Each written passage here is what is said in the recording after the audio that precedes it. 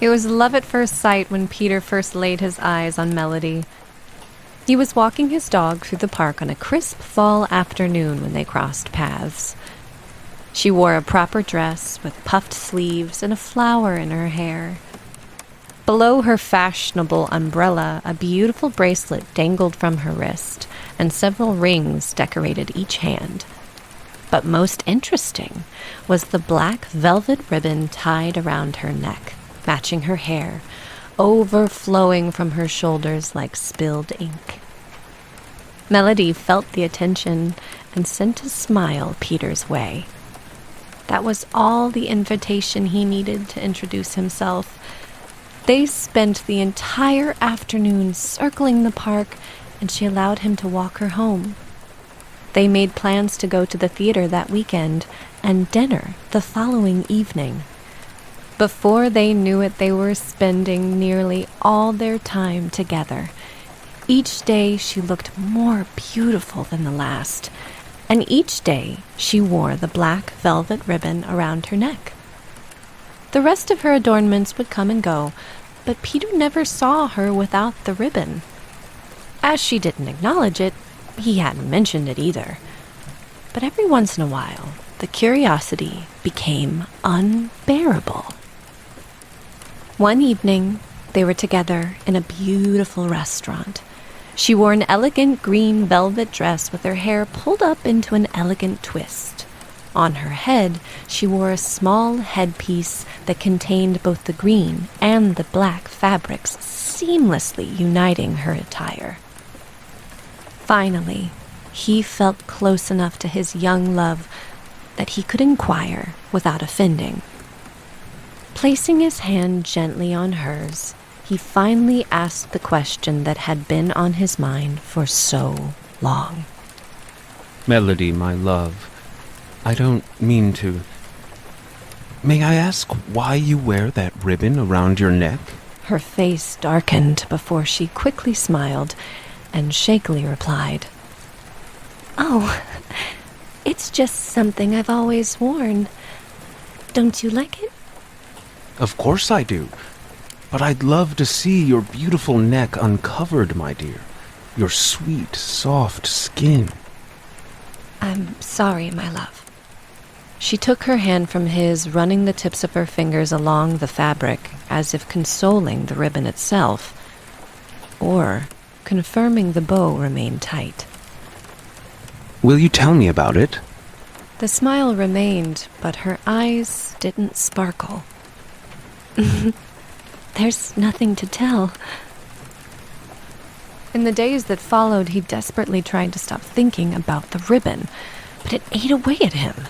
He kept no secrets from his darling lover, yet there was something she refused to share, a part of her that remained unknown. Shortly after they became engaged, a member of Peter's extended family passed away, and Melody left town with her partner to attend the funeral. They rented a room in a small inn, and for the first time, shared a bed. They kissed and cuddled by the light of the fire until they fell asleep.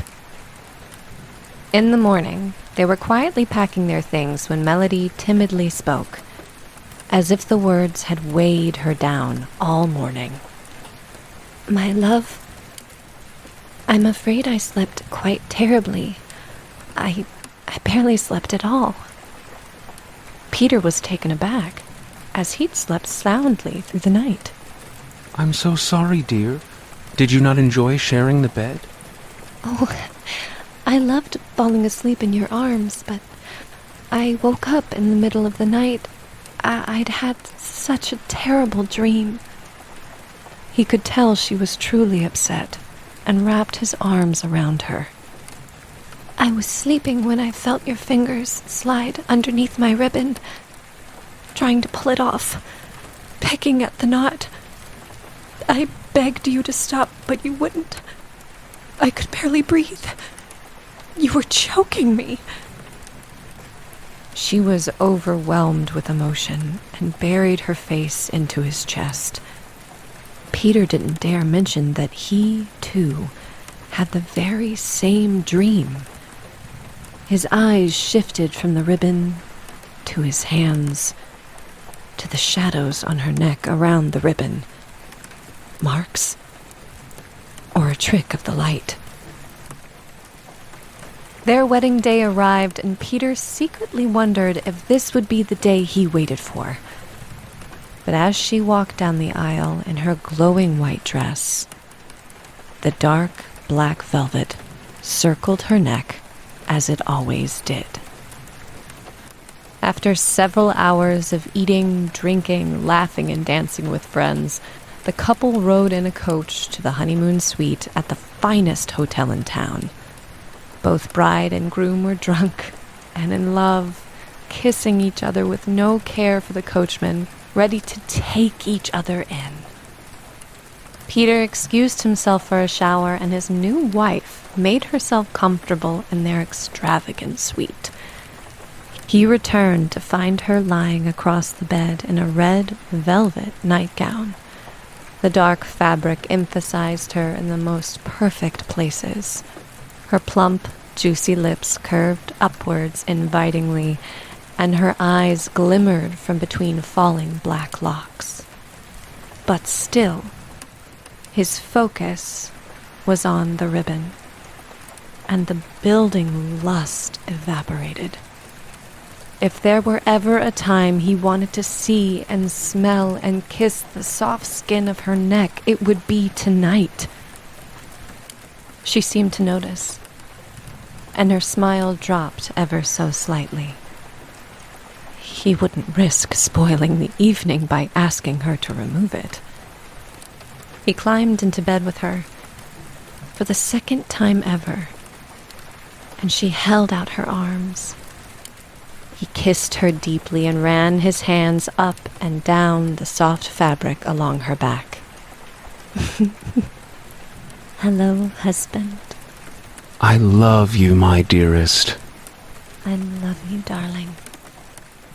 Their eyes locked, and the love was true, but he couldn't help it, and his attention drifted once again to the ribbon. She sighed and sat back, sinking in disappointment.